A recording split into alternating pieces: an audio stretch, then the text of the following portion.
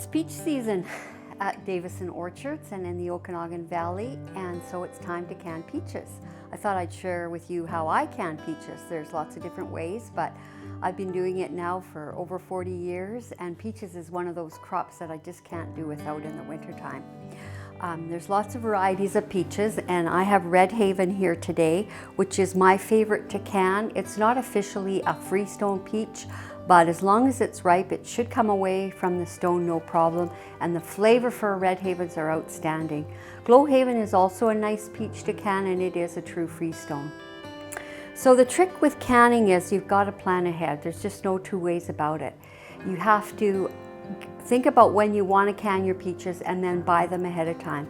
At the market, we often get people that, oh, it's a cool day, I think I'll can my peaches today. They come to the farm and they're not ready to can. So I brought these peaches home on Tuesday, so they were probably picked on Monday. And I've let them sit for 5 days, and hopefully they're just perfect to can, and that'll depend a little bit on how warm they're kept. But I kept mine in the garage, which was fairly warm because we've had a warm week, so they've ripened just, I think, about right for 5 days.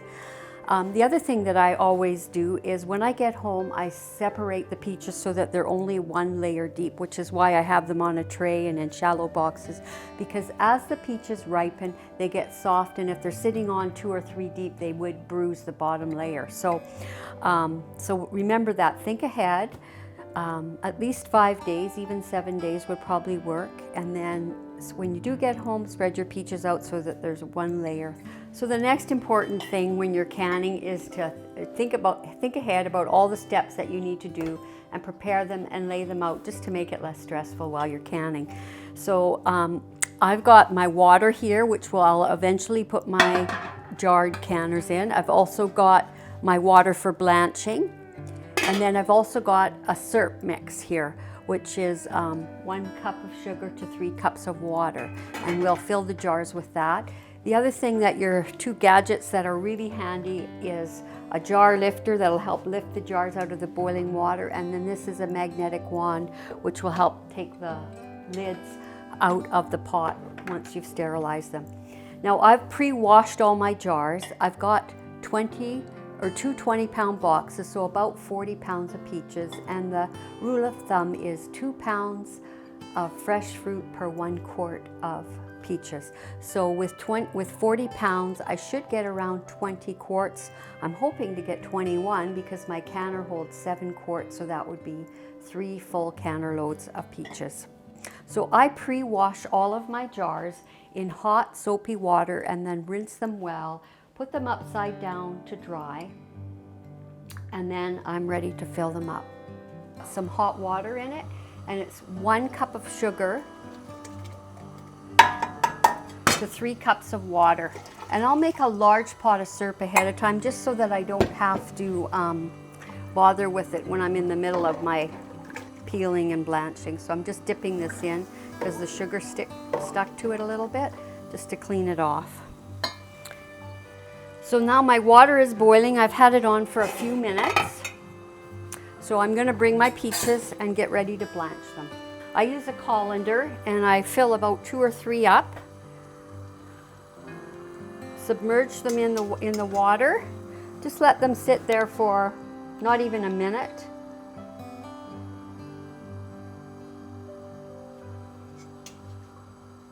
Just make sure that they're totally submerged in the boiling water to the cold water that I have in my sink. These peaches have a very, very thin peel on them. Every year is a little different, but it is coming off nicely. But yeah, you can see I'm just rubbing it gently with my fingers.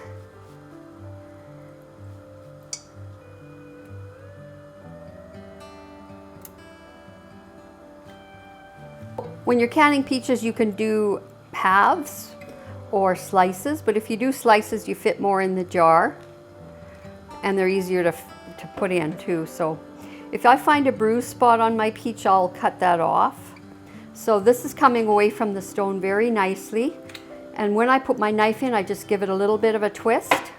Yeah, and now when you're making your peaches, You want to fill them to the neck of the jar, so that's just about to right here. And then you get your syrup, and then I'm going to fill my jar up with hot syrup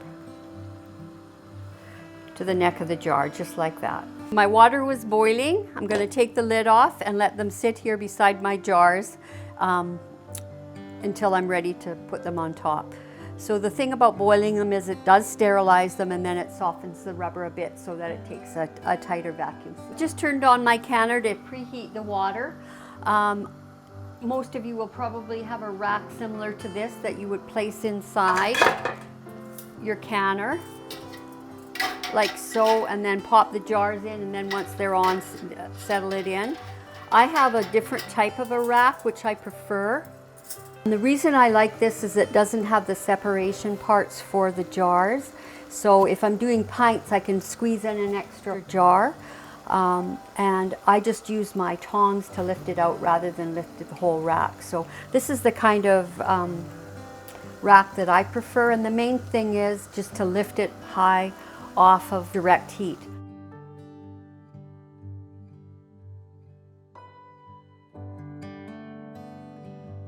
I turn my canner on to heat the water up, and it's rolling a boil. And I don't want that when I submerge my jars, because even with the warm syrup in the jar, the temperature change between the hot boiling water and the jar might cause it to break. So I'm going to shut the water off and let it cool down a bit.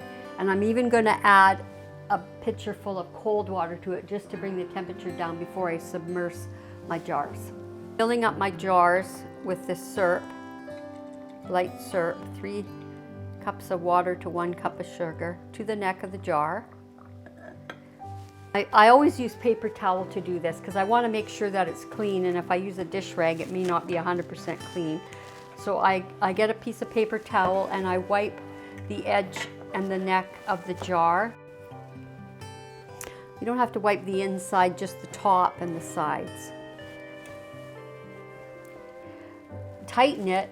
They say a fingertip touch, but I do a little more than a fingertip. But you don't want to wrench it on. You just want to tighten it so that it's pretty tight, but not wrench tight. Because once it starts to process, the air has to escape out of there and create a vacuum seal for your peaches. I'm going to add some cold water just to bring the temperature of the water down. So now I'll transfer my 7 quarts of peaches.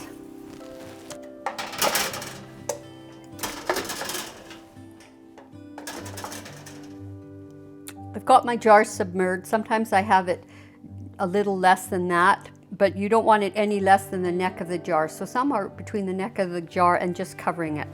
So they're in there. I'm going to turn my burner back on, put the lid on, and I'm just going to leave it until it starts to boil.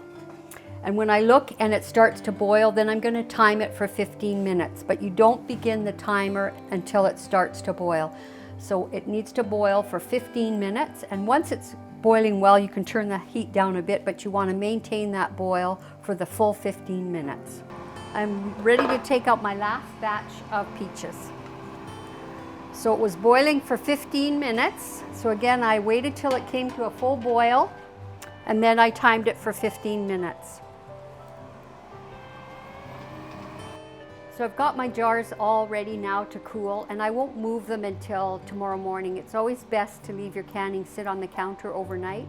So in the morning, I'll put the date on each jar lid, and then I'll put them away in my cold room to enjoy this winter. If you found this video helpful, press the like button and subscribe for more videos.